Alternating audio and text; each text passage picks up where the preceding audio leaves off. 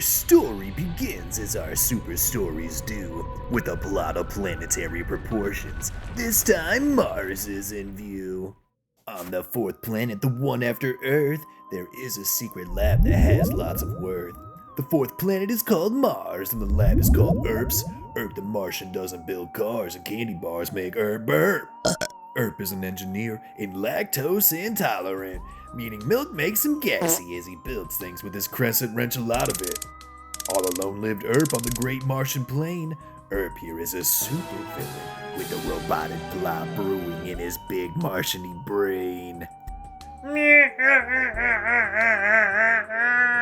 Snoozing like a boulder, the couch shook and rumbled. Jackie was lying on his back, snoring out sleepy bubbles. When the villain alarmed and scared Jackie so high he flipped a double turn. Zooming super fast, he flipped a super secret switch to see what the problem was that woke him from his super sleepy niche. At last I have done it! A robotic Tyrannosaurus, and I control every bit of it. The motors, the sensors, the roars, they are all mine. Soon Earth and Herb will have a wondrous playtime. This is outrageous! We must stop this vile fiend. I must get Super Joe to the lair. Yippee! Jackie did a backflip, leaning paws first on the couch. When the secret super slide opened wide, he said, And I was dreaming of delicious trouts. Looping into the pillows, feathers went to and fro. Jackie caught a couple then, zooming to call Super Joe. With the phone as Joe spun round, Joe, you see, was having loads of fun on the playground. But if Jackie was calling, he knew he was needed. There was most likely a new villain that was needing reason.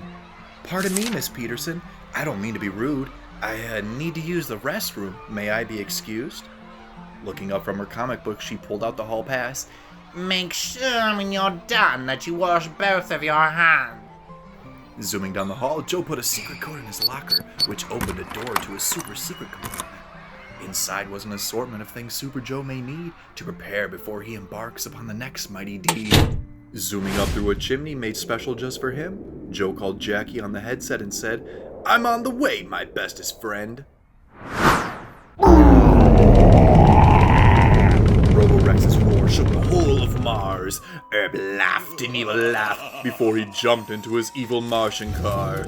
Onward to Earth, my robotic Tyrannosaurus. Prepare your lover breath for the most spectacular performance.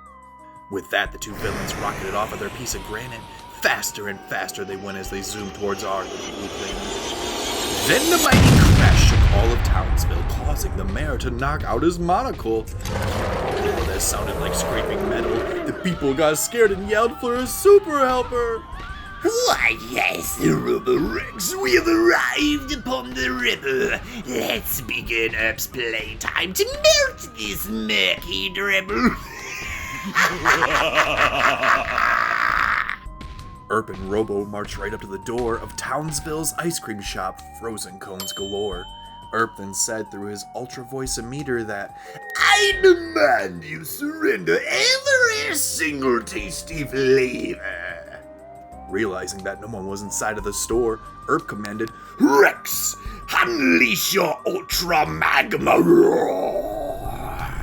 Rex then reared back his mighty robo body as he prepared to shoot lava out of his Tyrannosaurus tummy. Hold it right there, you interplanetary villains! We're here to stop your anti-creamy missions. Super Joe and Jack attacked while standing in a pose. Roborex, full of lava, turned and bellowed towards the two bros. Dodging the lava blast, the buddies prepared. Super Joe zoomed, ready to throw Rex up to the stratosphere.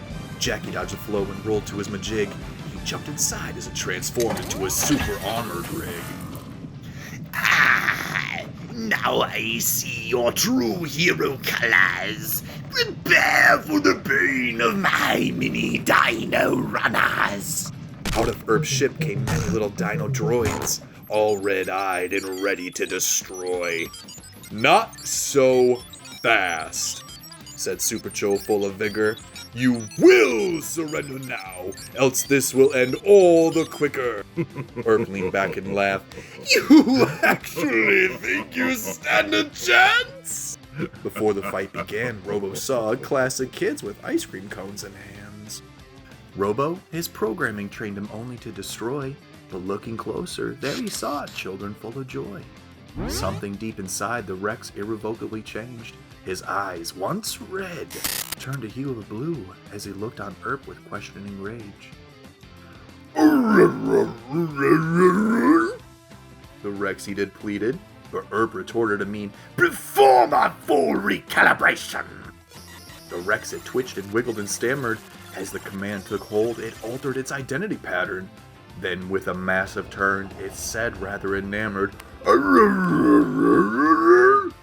"You are still refusing to be a technological terror?" Erp then commanded the dinos do their job. When he turned back, he saw they were all wrapped in a ball. Super Joe and Jack Attack, quick with the super speed, rounded up each of the mini dinos before Erp could even blink. What? No! How can this be? Erp's calculations were perfect. You must be a cheat. This is the last chance for you to surrender, else Jack Attack and I shall take drastic measures. Erp does not know the meaning of this planet. The very next instant, Erp was launched off our planet. Super Joe and Jack Attack gave each other high paws when the crowd all around burst into applause. Free ice cream for all on this wholesome day. Thank you to the Super Team for again saving the day. When the crowd then noticed a sound by the store, the crowd turned to see Rex standing by cones galore. Said the Robo, very sorry. Super Joe and Jack Attack both knew they had a new buddy. Sitting back in class with his hands washed all clean, Joe smiled and said, "I sure do love ice cream."